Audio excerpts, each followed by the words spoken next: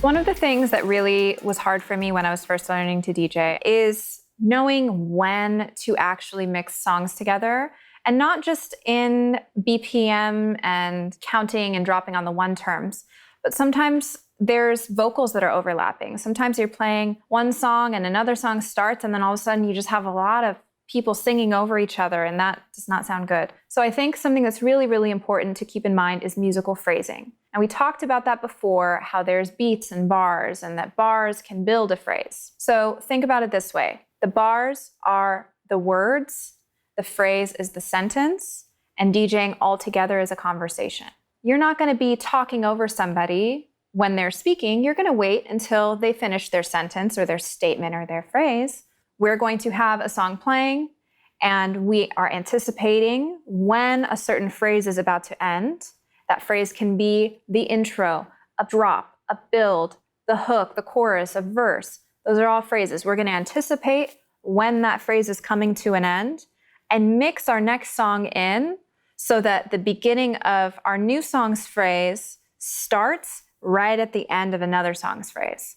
So it's all really about timing here, but knowing how to work those things in together gives you a nice, clean mix. It eliminates weird overlap of things, and it also, most importantly, in my opinion, keeps the energy flowing in a nice way. So as you can see here on my screen, I have 2 songs loaded up. Each one has a bunch of cue points on it. All of these cue points are basically marking when there is a phrase change or when there is a place that I want to use to mix in or out of. So this first song on the left here has an 8-bar intro to it. So after 8 bars, it starts a new phrase of the song. Our song on the right here has a shorter intro. It's actually got a 4-bar intro instead of 8, and then it starts the main part of the song. So what I want to do is anticipate how to mix in song B on my right into song A on my left. So the one of song B is going to start after 4 bars of song A. And what we can anticipate happening there is once song A's phrase ends, then the intro part of song B will be over and we can begin that main part. So just for reference, here is going to be song A playing.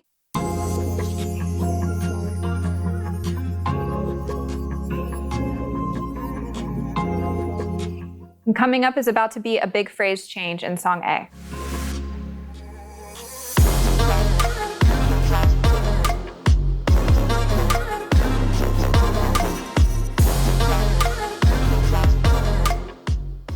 So you can hear there's a definite change in phrase. There was a pause. There was a build into something new that was being said.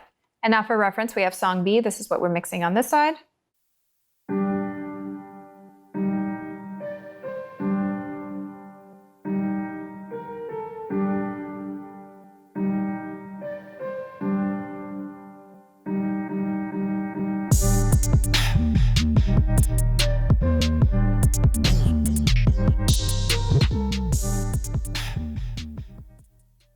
And there we saw it was a quicker change. There wasn't as long of an intro. So there's a distinct change between one phrase and another. So before anything, I'm going to make sure, again, my BPMs are matched up because we never want to forget to do that.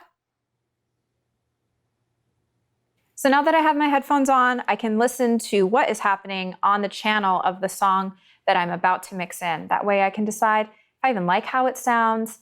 Is it a mix that I'm into? Do I want to change songs? No one else has to hear what's happening. Everyone can just focus on what I'm currently playing or dancing, whatever they want to do. So I'm going to go ahead and play song 1. I'm going to cue up song 2 in my headphones. I'm going to count my 1, 2, 3, 4. I'm going to drop on the 1, and I'm going to drop it in a way that a phrase for song A is ending, and then a new phrase for song B is beginning.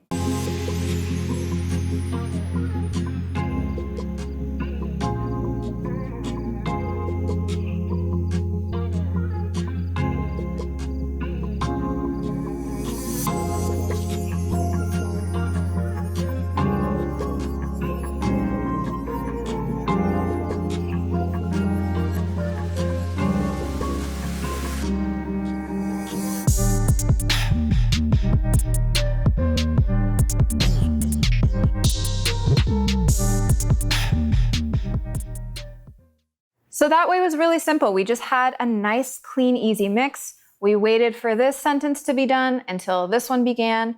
There's no overlap, and it keeps the energy flowing in a nice way. So whenever you're listening to music, you can actually hear when a phrase change is about to happen, whether somebody's singing or if it's dance music. There are really obvious changes. A new instrument is introduced, the energy changes, there's a big drop, or there's a lot of open space. Whatever's happening there, that is a phrase change, and we want to time out our songs so that the phrases don't overlap in a weird way.